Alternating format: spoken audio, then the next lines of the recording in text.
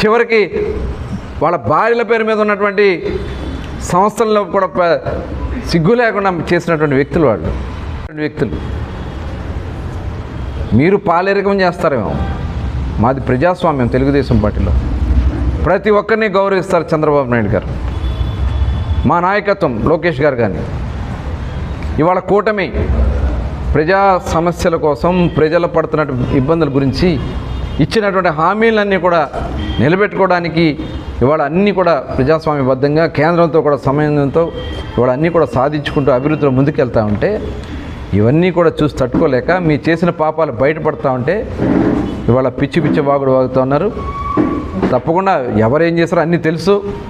పందికొక్కులాగా పేదల బియ్యాన్ని, రేషన్ బియ్యాన్ని బొక్కినటువంటి దుర్మార్గులు తప్పించుకోలేరని చెప్పి తెలియజేస్తాను. వర్గంలో మీ వాళ్ళు పెట్టుకున్నారు షాపులు. నేనేమి ఆ రోజు బ్రాందీ షాపులు మేము చాలా పారదర్శకంగా ఈ రాష్ట్రంలో డ్రా సిస్టంలో తీసాం. మీకులాగా దుర్మార్గం మేము చేయలే. ఇవాళ రండి, మీరు ఎక్కడ నుండి షాప్ చూపించండి. బెల్ట్ షాపులు ఉంటే మీరు నడిపించుకున్నారు బెల్ట్ షాపులు. ఆ బెల్ట్ షాపుల ద్వారా అక్రమ మద్యాన్ని ఆ బెల్ట్ షాపుల ద్వారా మీరు అమ్మారు. నాన్ డ్యూటీ పెయిడ్ లిక్కర్ అమ్మారు. షాపుల్లో రానివ్వకుండా, అన్ని బ్రాండ్స్ రానివ్వకుండా చేసింది వాళ్ళు. దోచుకుని వాళ్ళు మీరు మాట్లాడుతూ ఉన్నారే సిగ్గు లేకుండా. ఎవరైనా సరే, అది ఎంతటి వాళ్ళైనా సరే మీరు చూపించండి. ఖచ్చితంగా ఎవరైనా సరే దాన్ని వదిలిపెట్టే సమస్య లేదు.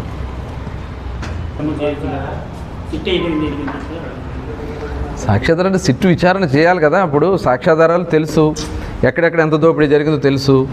ఇవాళ అవన్నీ కూడా విచారణలో బయటకు రావాల్సినటువంటి అవసరం ఉంది కదా. అందుకనే డిస్టిలరీస్ దగ్గర నుంచి వాళ్ళు చాలా హై క్లాస్లో చేశారు. అంటే ఎక్కడ కూడా దొరకకుండా చేయాలని ప్రయత్నం చేస్తారు కదా, అట్లాగే చేయాలనుకున్నారు. ఇవాళ మొత్తం కూడా డిస్టిలరీస్ దగ్గర నుంచి ఇన్ఫర్మేషన్ మొత్తం కూడా తీసుకున్నాం. కేసుకి ఎంత కలెక్ట్ చేశారో తీసుకున్నాం. ఎందుకు కొన్ని బ్రాండ్లని రాష్ట్రంలో అట్టుపెట్టారు, కొన్ని బ్రాండ్లు ఎందుకు అందుబాటులో లేకుండా చేశారు. ఇవాళ మల్టీనేషనల్ కంపెనీలు ఉన్నాయి. మల్టీనేషనల్ కంపెనీకి సంబంధించినటువంటి ఒక్క బ్రాండ్ కూడా ఆంధ్ర రాష్ట్రంలో లేకుండా చేశారు 5 ఏళ్ళు. కేవలం వాళ్ళకి సంబంధించినటువంటి కొన్ని సంస్థలతో 38 సంస్థలు, 38 డిస్టిలరీస్ నుంచి మాత్రమే వాళ్ళ బ్రాండ్లు మాత్రమే ఆ షాపులు అవైలబిలిటీ చేశారు. ఇది దోపిడీ కాదా? ఎవరైతే వీళ్ళ కమిషన్ ఇచ్చారో అవి మాత్రమే ఆ గవర్నమెంట్ షాపులో అవైలబిలిటీ చేస్తారు. అది దోపిడీ కాదా? ఇవన్నీ కూడా విచారణలో టైం పడుతుంది కాబట్టి అన్నీ కూడా సాక్ష్యాధారాలతో తీసుకుంటాం. ఏ రకంగా అయితే పకడ్బందీగా వాళ్ళు చేసినటువంటి అక్రమాలన్నీ కూడా ప్రజెంట్ చేసిన తర్వాతే చర్యలు తీసుకుంటాం. అందులో ఒక్కొక్కరిని విచారణ చేస్తాం. వాళ్ళు ఇచ్చినటువంటి సాక్ష్యాలతోనే వాళ్ళని అరెస్టులు చేసుకుని ముందుకెళ్ళడం జరుగుతుంది. మీరు ఒక డమ్మీ మంత్రిగా వ్యవహరిస్తున్నారు. 2 శాఖల్లో లోకేష్ గారు చెప్పిందే సంతకాలు పెట్టడానికి మీరు పనిచేస్తున్నారని చెప్పి వాళ్ళకి ఏంటంటే కడుపు ఉబ్బిపోతుంది. ఇవాళ తెలుగుదేశం పార్టీలో మొట్టమొదటి నుంచి కూడా నాయకత్వానికి డెమోక్రటికల్గా ముందుకెళ్ళడమే తెలుగుదేశం పార్టీలో అమలు జరుగుతుంది. ఇవాళ మేము ఎక్సైజ్ పాలసీ తీసుకున్నాము.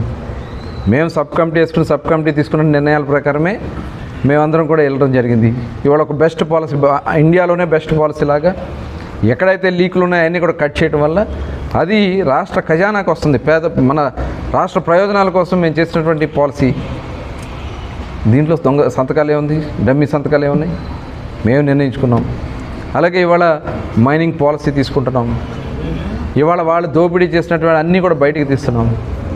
వాళ్ళకిలాగా కడుపు ఉబ్బిపోయి ఏం మాట్లాడుతున్నారో తెలియకుండా పిచ్చి పిచ్చి వాగుతూ ఉన్నారు. కనీసం బందర్లో ఒక రోడ్డు వేయలేనటువంటి దరిద్రులు కూడా వాళ్ళు వచ్చి ఇక్కడ మీడియా ముందు మాట్లాడుతున్నారు బియ్యపు దొంగలని చెప్పి. నిజంగా సిగ్గు అనిపిస్తూ ఉంది. సిగ్గులేని రాజకీయాలు చేస్తూ ఉన్నారు. సొంత భార్యల్ని నడి రోడ్డు మీద నిలబెట్టినటువంటి దుర్మార్గులు.